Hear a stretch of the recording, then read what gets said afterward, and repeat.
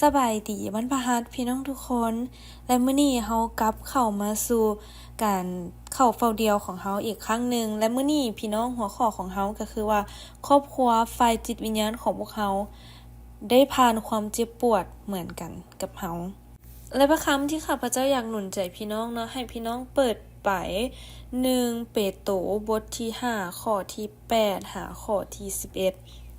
ข้าพเจ้าจะเริ่มอ่านเจ้าทั้งหลายจงคอยระวังตัวและเฝ้าอยู่ด้วยว่าศัตรูของพวกเจ้าคือมารเที่ยววนไปมาเหมือนตัวสิงที่แผดเสียงซอกหาคนที่มันจะกัดกินได้จงต่อสู้กับศัตรูนั้นด้วยใจมั่นคงในความเชื่อโดยรู้แล้วว่าพี่น้องของพวกเจ้าทั่วโลกก็ประสบความทุกข์ยากลำบากอย่างเดียวกันนี้และเมื่อเจ้าทั้งหลายได้ทนทุกข์อยู่ชั่วขณะหนึ่งแล้วพระเจ้าผู้ทรงพระคุณให้ทั้งหมดผู้ได้ทรงเอิ้นพวกเจ้าให้เข้าในสง่าราศีอันตลอดไปในพระคริสต์พระองค์เองจะทรงโปรดแปลงใจพวกเจ้าให้ตั้งขึ้นใหม่และตั้งมั่นคงอยู่ให้มีกำลังขึ้นและทรงบันดาลให้มีรากอันแน่นหนาฤทธานุภาพจงเป็นของพระองค์ตลอดไปเป็นนิเทินอาเมนความใจกันอธิษฐานพระเจ้าขอพระองค์ได้เปิดตาใจพวกลูกในมื้อนี้ด้วยในทุกปัญหาที่พวกลูกกำลังต่อสู้อยู่หรือแม้แต่การต่อสู้ฝ่ายจิตวิญญาณหรือการต่อสู้ในฝ่ายความเชื่อที่พระเจ้าจะเปิดเผยให้พวกลูกได้รู้และได้ยินถ้อยคำของพระองค์ในมื้อนี้ด้วยเอเมนพี่น้องพระคำ1เปโตรแม่นเป็นพระคำที่ว่าเปโตรเนาะได้เขียนไปหาผู้เชื่อในการที่ว่าในระหว่างที่พี่น้องในความเชื่อได้มีการต่อสู้กับการข่มเหงและผู้เขียนเนาะก็ได้มีการย้ำเตือนว่าการฟื้นคืนของพระคริสต์นั้นได้มีความหมายสำคัญแนวใดต่อชีวิตอันตลอดไปเป็นนิจและนอกจากนั้นเนาะผู้เขียนก็คือเปโตรยังได้ย้ำเตือนผู้เชื่ออีกในการที่จะดำเนินชีวิตให้เป็นที่บริสุทธิ์และเต็มไปด้วยความรักและสุดท้ายก็ยังแม่นการอดทนต่อกับความทนทุกข์ทรมานและ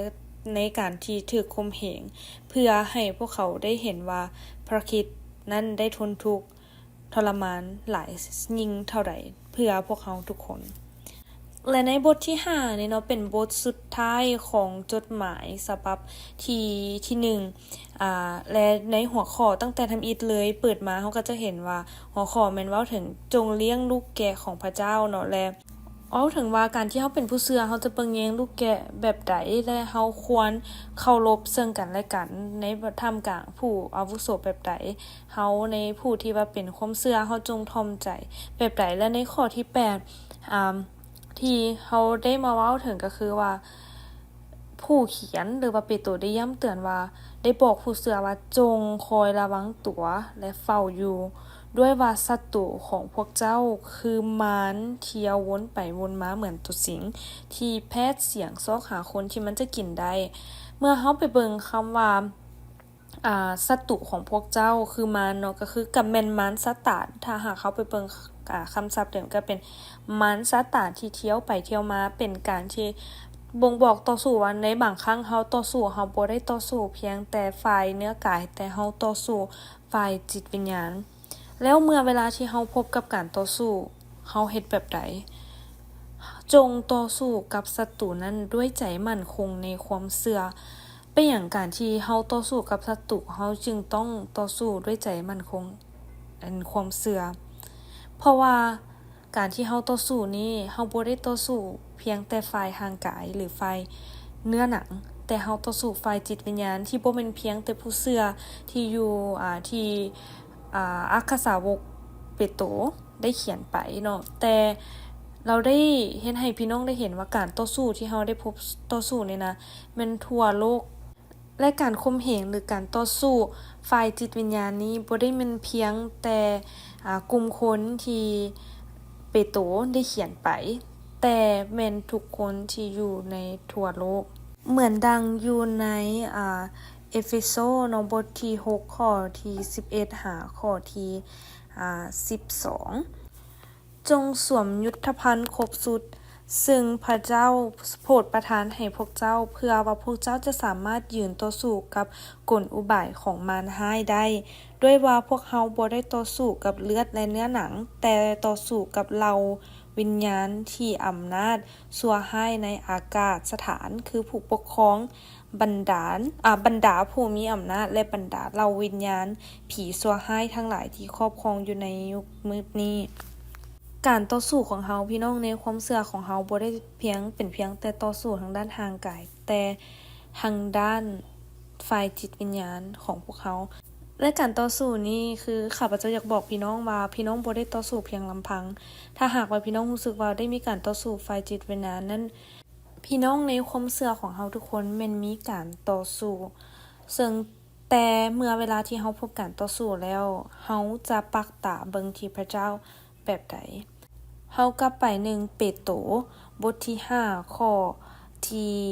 10และเมื่อเจ้าทั้งหลายได้ทนทุกข์อยู่ชั่วขณะหนึ่งแล้วพระเจ้าผู้ทรง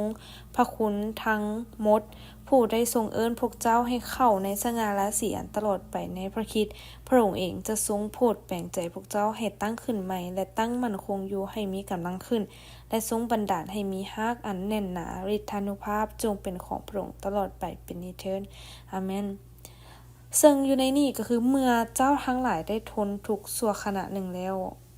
เป็นอย่างคือว่าเมื่อเฮาได้ทนทุกข์ชั่วขณะหนึ่งพระเจ้าผู้ทรงพระคุณทั้งหมดจะให้เฮาได้เข้าในสง่าราศีอันนี้เป็นการที่ผู้เขียนได้ให้กำลังใจว่าการต่อสู้ของเฮาการทนทุกข์ของเฮาแม่นบ่ได้สูญเปล่าแต่พระเจ้าผู้ทรงมีพระคุณของพวกเขาจะให้เฮาได้เห็นพระสง่าราศีของพระคริสต์เฮาจะเห็นว่าการที่เฮาทนทุกข์ทรมานในความเชื่อของเฮาในการข่มเหงของเฮาหรือแม้แต่การต่อสู้ฝ่ายจิตวิญญาณของพวกเขานั้นเฮาฮู้ว่ามันซาตานเฮ็ดหลายวิธีทางเพื่อให้เฮาได้ยอมแพ้ในความเชื่อแต่เมื่อเฮาทนทุกข์และเมื่อเฮายอมในการที่จะเดินตามพระคริสต์หรือแม้แต่การที่เฮาจะ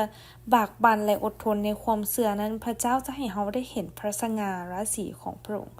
หลายขึ้นและเฮาจะเห็นว่าเฮาจะเข้าในสง่าราศีอันตลอดไปในพระคริสต์พระองค์จะทรงโปรดแปลงใจพวกเจ้าให้ตั้งขึ้นใหม่และตั้งมั่นคงให้มีกำลังขึ้นและทรงบันดาลให้มีรากแน่นหนาพี่น้องการที่เฮาพบกับการต่อสู้อย่าให้ปัญหาเหล่านั้นได้นำพาความเชื่อของเฮาให้ห่างไป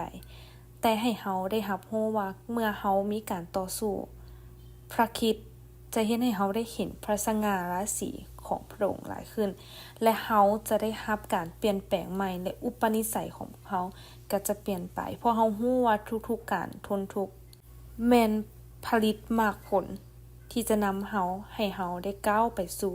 ความเชื่อที่ติดสนิทกับพระคริสต์หลายขึ้นและข้าพเจ้าเนาะอยากจบอยู่ในพระคำโรมบทที่5คือการที่เฮาได้เอิ้นว่าเฮาเป็นคนชอบธรรมหรือแม้แต่เฮาได้รับความเชื่อในพระคริสต์แล้วเฮาได้ย่างในความเชื่อของพระคริสต์แล้วเมื่อเฮาได้พบกับการทนทุกข์คาแรคเตอร์ของเฮาจะเป็นแบบใดและอันใดจะเป็นหลักค้ำประกันของเฮาในโรมันบทที่5ข้อที่3ได้กล่าวไว้ว่า